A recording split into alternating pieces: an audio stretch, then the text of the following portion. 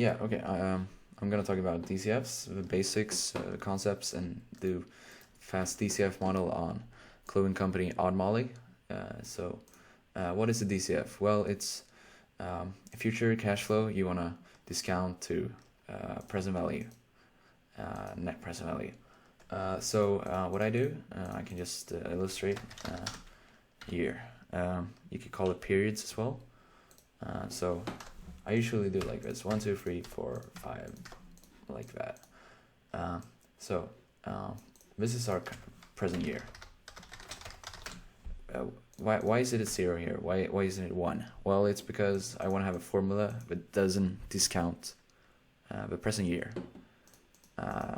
Usually you start with the second year.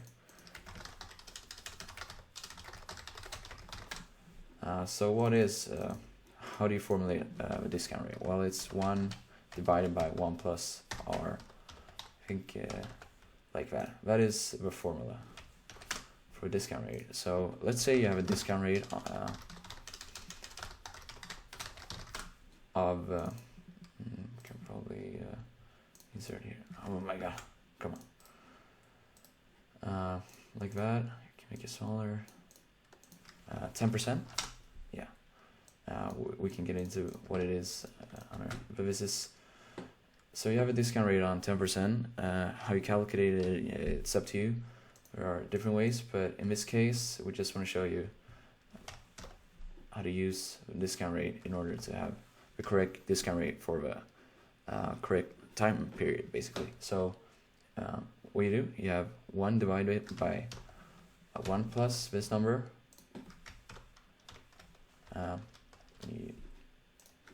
Like that, and it's probably, yeah, you need to have 2 parentheses like that and make it smaller.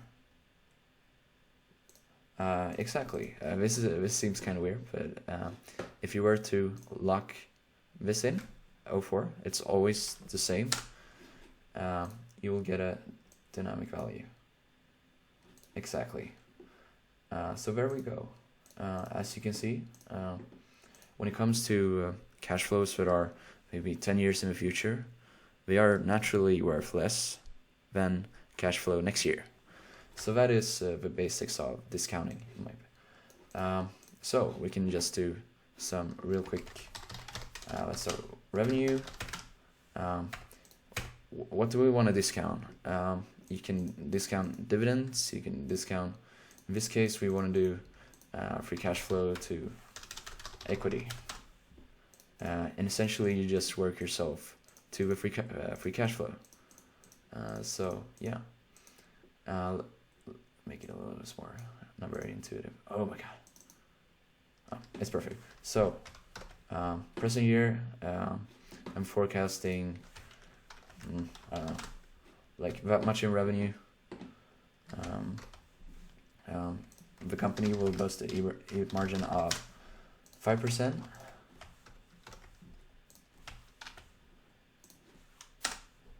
No, we can go straight to earnings actually. 4%. Yeah, so that is our earnings estimate. It's a quite big increase from last year, but whatever. After that, you have to adjust this. So essentially, you have working capital and capex that is remaining. And obviously, a more detailed DCF model has a lot of. It's basically a really good DCF model is also a forecasting model, because discounting is very easy, but forecasting is hard. So working capital, since we have I project positive growth, it's probably we can do a percentage as percentage of revenue, like that, maybe 2%. Also, I wanted to increase, but it doesn't matter right now actually. So what I'll do is time it with that, and this is minus post. It sounds, yeah, that seems more reasonable. Yeah, we can do the capex the same way. Obviously, there are different ways to forecast capex. you could we can do a linear function. This is another way of doing it. We have our capex for the previous year, cash flow from investing activities. So we'll just assume it has the same growth rate as revenue for like that, perhaps. No. This is our revenue growth. I think it might, capex might increase in the same. Let's just assume that. So capex. Oh yeah, it's not. Let's see. Percentage. So yeah, that is our increase in revenue, and I want my capex to increase in the same rate because yeah, it's easy. And if you project like very diverging, if you would assume revenue growth of 20% and capex decrease, which is it's not very realistic, and usually just having every part of your model kind of like related to your revenue increase or decrease is realistic in my opinion. It's a good assumption. So what I do here is I assume it will increase, so I have my amount from last year. I'm just gonna say 1 plus this. Like that. Great. Now I have my capex. Probably want this to be a minus. So yes, let's just. There we go. So yeah, now we have our free cash flow to equity. Just subtract earnings since it's positive. Like that. Not much left, but it's working. So yeah, now we have our free cash flow to equity. We want to discount it. So what you essentially do, you just do like that. Perfect. So what we want to do now, seeing as it's the present year, we're not gonna discounted free cash flow. Yeah, nice. And seeing it is our present year, it makes sense that there's no discounting happening. So we have our second year now. What we want to do is, oh, this is stupid. It's not. It should be to that one. Yeah. Oh no. Jesus. We'll do like just for the time being.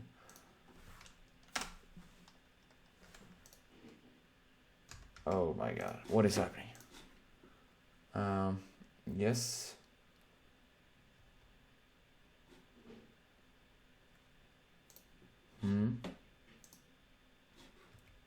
So I have to remove this one, I think. Put it in there. You do that times this. So.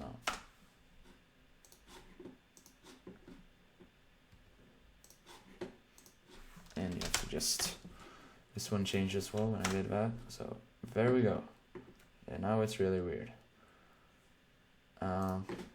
Earnings is, it should be 1 minus, yeah, exactly, sorry.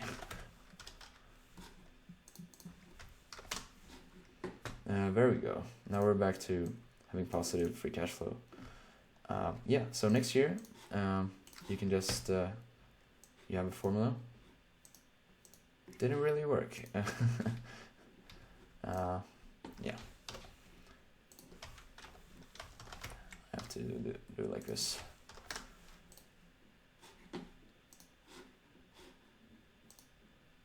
Plus, obviously. There we go. Now it should be working. Always good to know what you're doing wrong, even if all you're doing is wrong basically right now. Great, we got it working. Lock this one went in. So Control R, there we go. you need to lock this one in as well.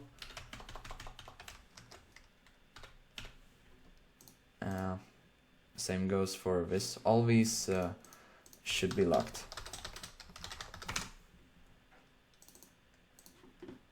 Oh, that was rude. There we go. Yeah, so it's the same here.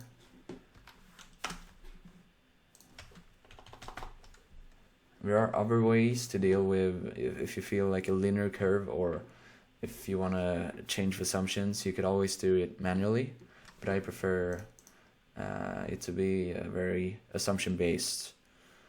So usually when I do it, I have like a separate sheet just for my inputs, my assumptions, and it's very easy to see if an external person would look at my model, and I would, you always want to know what kind of assumptions the model is based on. That is crucial. So generally, you can have like do manual formulas everywhere, but assumptions is the model's backbone. It's what's drive the forecast, and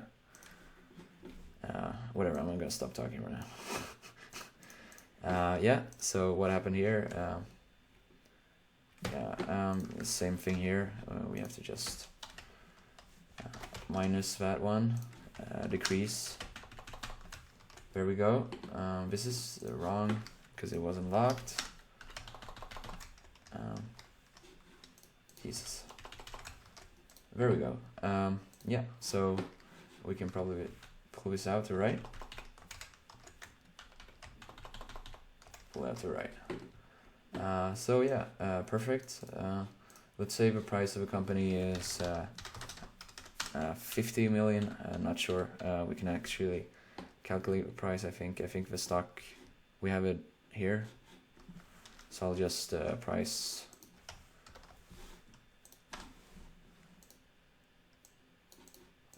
like that. So you have the value here of future cash flows, and what you want to do is, I usually just do a sum function, sum free cash flow.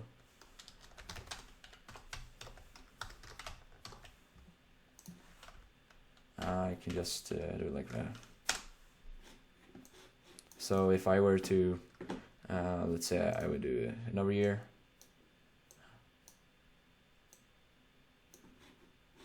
Oh, come on.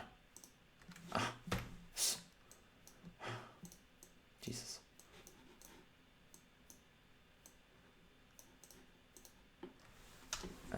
There we go. Perhaps I'll do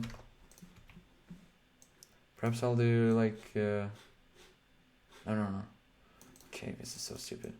I'm gonna pull this out to right, like that.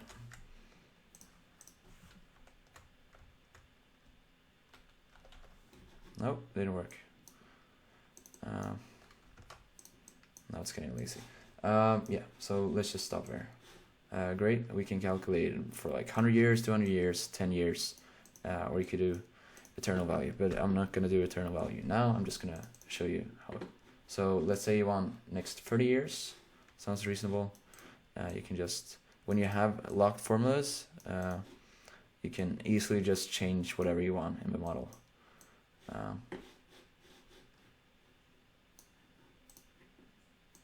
There we go.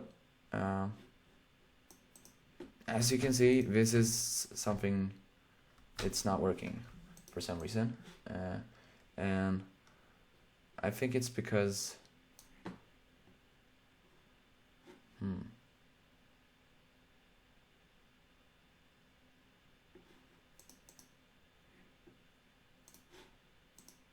yeah, exactly. It's here, so you have to time it like that. Great. To right.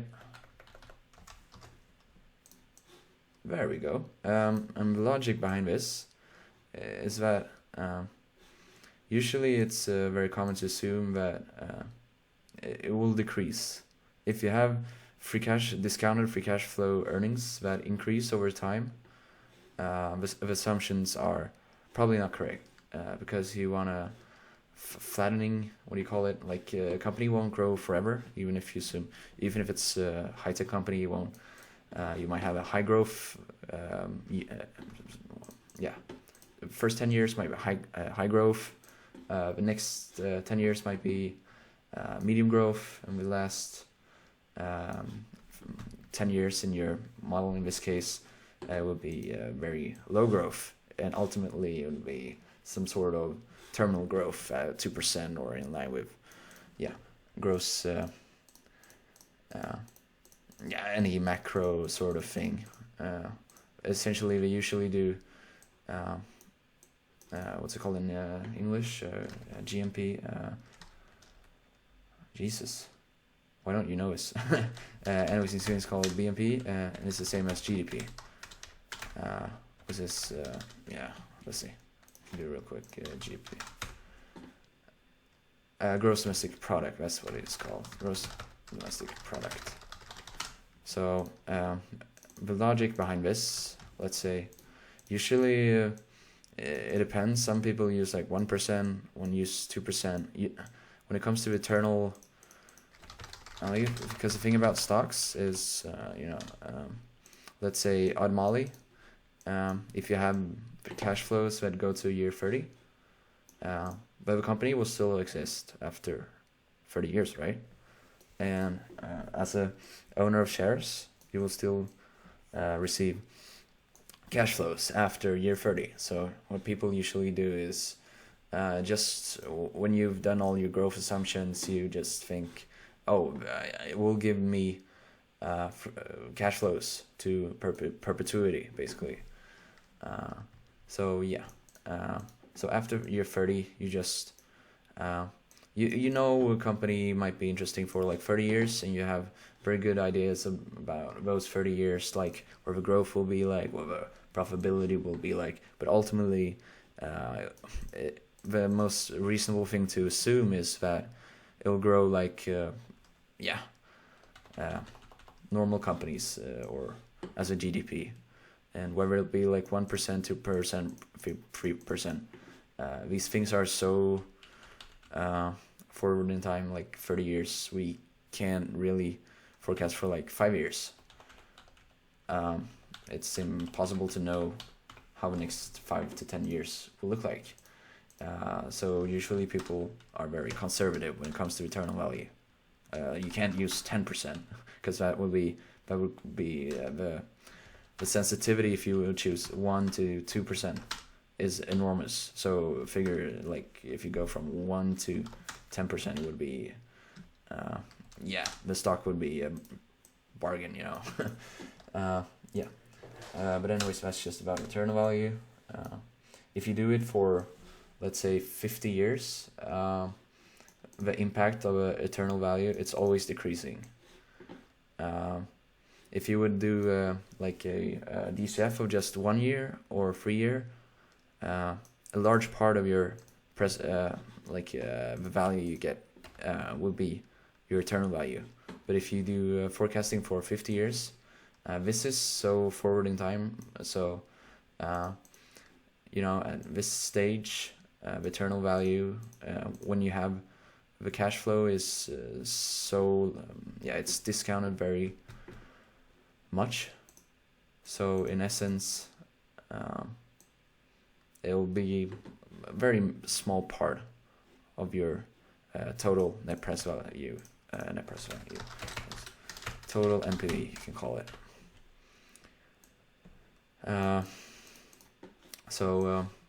We'll do eternal value for some other time, but in this case we can do it for 50 years.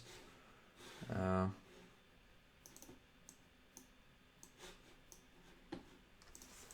we'll stop here.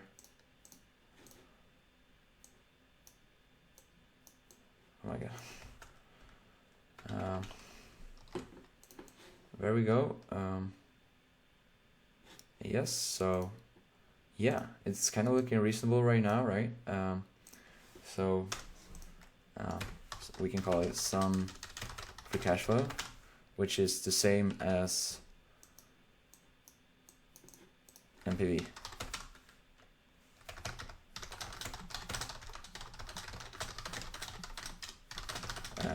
Due to no use of terminal value.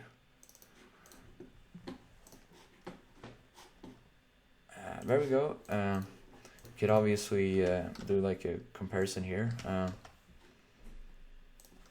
do you go about doing it? Yeah, if